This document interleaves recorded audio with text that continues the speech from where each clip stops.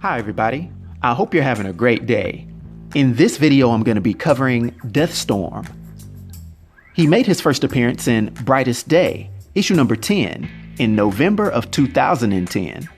He's also been known as Lantern Firestorm, standing 6 feet 2 inches tall, weighing 202 pounds, and in the place of having eyes and hair, his head and face is portrayed as a menacing skull, which is engulfed in blue flames. Although the later introduced Earth 3 version is portrayed as having red to orange colored flames. Now, to simplify this, Deathstorm is basically a copy of the Black Lantern Firestorm that was created in the subconscious minds of Ronnie Raymond and Jason Rusch, who, for all intents and purposes, are the two main personalities that are combined in the Firestorm matrix that makes up the current Firestorm, albeit Ronnie is the one that's typically in charge. This being said, Deathstorm possesses all the powers of the original Firestorm, along with several other very unique traits.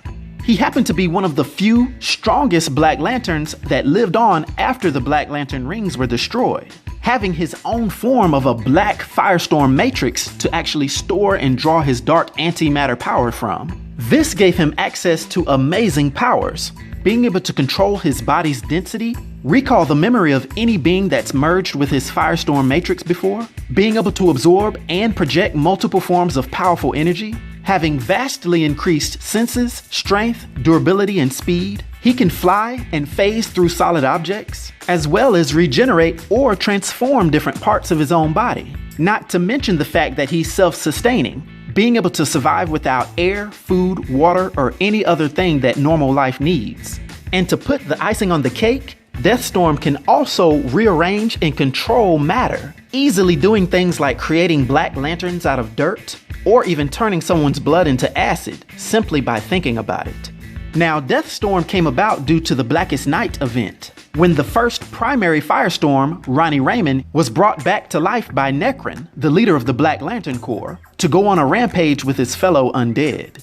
He initially fought along with his fellow corpsmen against the Justice League, but he would later turn his attention to the current Firestorm, Jason Rusch, who at the time had been merged with his girlfriend, Gehenna Hewitt, taking the time to sever their connection and then attack Gehenna. When Jason then tried to help his girlfriend, he ended up being accidentally merged with this Black Lantern Firestorm, unwillingly now giving this villain access to his genius mind.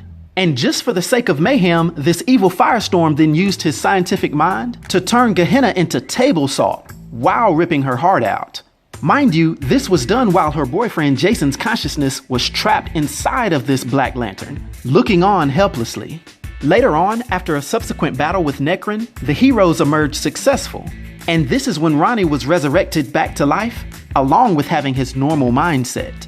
But although Ronnie tries to apologize to Jason, letting him know that he wasn't in control and didn't know what he was doing, Jason still doesn't believe him. And when this finally boils over into a physical altercation, the two of them merge into Firestorm, actually arguing amongst themselves within the Firestorm matrix. They get separated this time with the help of Atom, but the tension is boiling. The very next time they merge to actually help out some construction workers, they start to hear a mysterious voice taunting them in their head.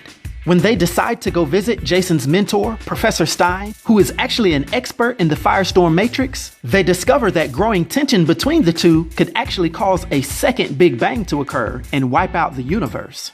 And they're also introduced in dramatic fashion to the third personality within their Firestorm matrix. Menacing black hands actually emerging from Firestorm's chest, separating the two of them and revealing the powerful Deathstorm as his own entity, actually being the first Black Lantern to return. The heroes would then have to go on to contend with this menace, his created Black Lanterns, and the Anti-Monitor. This time, Deathstorm's rampage would only be brought to an end by being obliterated by the power of the White Lantern itself. Subsequent to this, the only time we'd see Deathstorm again is after the Flashpoint event. This alternate version from Earth 3 was actually an evil Professor Martin Stein, who had joined the forces of evil as one of the most powerful members of the Crime Syndicate. Now, due to his powers and abilities, and his influence on the DC universe, for my 1 to 10 rating, I'll give Deathstorm a rating of 10, which is a legendary rating. I hope everyone enjoyed this video. I'll talk to you next time. Be sure to like and subscribe, to the new sage.